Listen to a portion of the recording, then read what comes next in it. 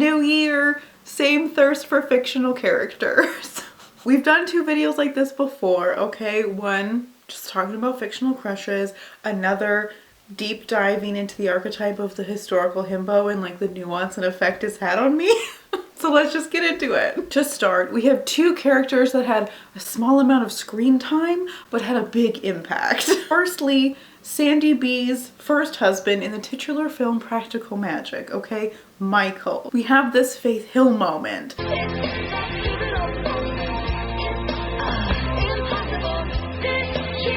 He's very good looking, also short, which we love.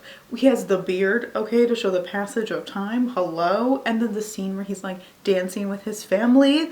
Ooh. Secondly, and bear with me on this one, okay? Oliver Wood.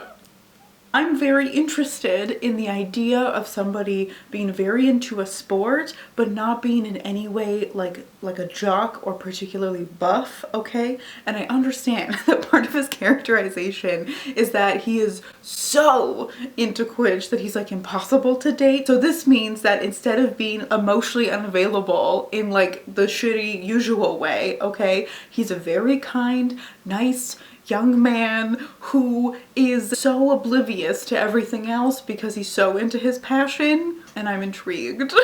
Obviously, we have Rosa Diaz from Brooklyn Nine-Nine. ACAB, but Rosa Diaz. I don't know how I didn't mention this before because this is big for me. I've said it once and I'll say it again. Women who can kill me, hello. And if we're being honest, also Jake Peralta from Brooklyn Nine-Nine, but I don't really want to examine that because that's too real. Oh, cool, cool, no doubt. For a couple moment, Milo and Kita, okay, Atlantis was a big deal for bisexuals in the early aughts. We have Helga, we have Audrey, we have Milo, obviously. Do we want to look like them? Do we want to be them? Do we want to be with them? Okay, we don't know.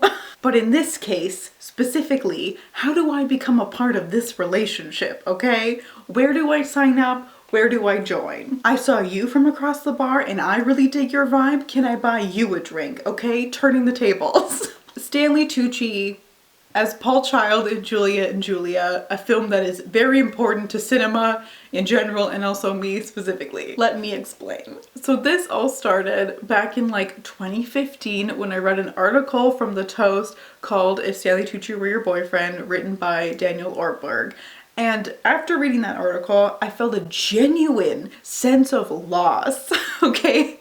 Grief that Stanley Tucci was in fact not my boyfriend, which is odd because I'm not particularly interested in older men and I had never really thought of Stanley Tucci in that way. So I was like, I don't know what to do with this. I guess I'll just let that percolate in my brain for a bunch of years. The older I get, the more that I watch this movie, 2 things happen. One, I increasingly cannot stand Amy Adams' character, and secondly, I yearn more and more for Stanley Tucci as Paul Child.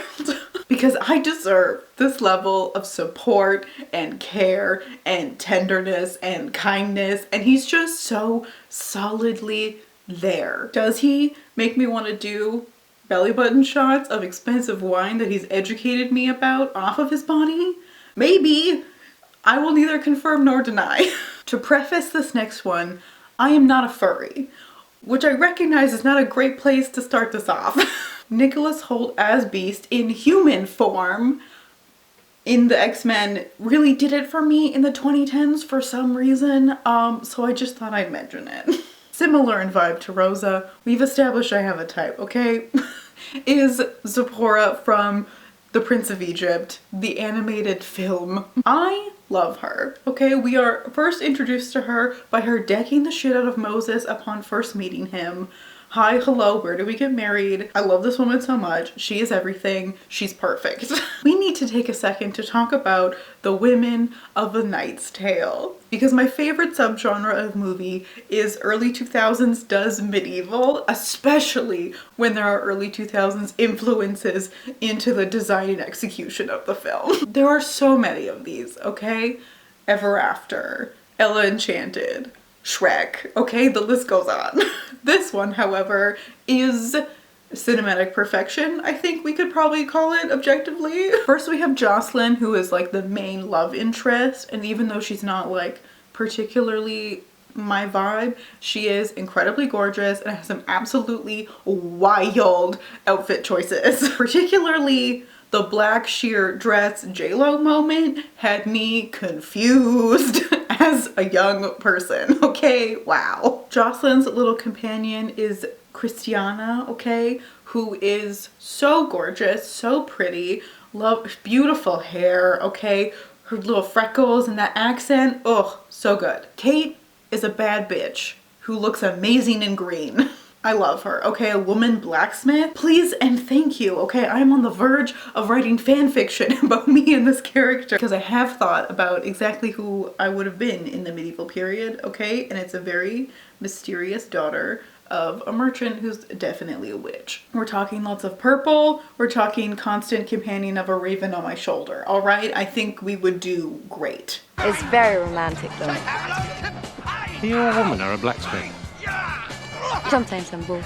From the most important film, I think, in cinematic history, we have Collette from Ratatouille. I've definitely had periods of my life where I very much tried to be her, okay? She was very influential. The scene with the knives when she's yelling at Linguini about being a woman chef is, dare I say, chef's kiss. But I also just have a crush on this relationship dynamic, you know what I'm saying? Lastly, I would like to briefly acknowledge Jenny Mills, as played by Lindy Greenwood in the TV show Sleepy Hollow. Yes, Nicole Beharie as Abby Mills deserved so much more, my god. However, Jenny Mills as her sister is another badass, capable, monster hunting woman who I adore, and I most specifically I miss her eyebrows because they were so good. Once again, I am asking you to please tell me what your fictional crushes are, okay? It's very important to me. I need to know. But thank you so much for watching. I'll see you soon. Bye!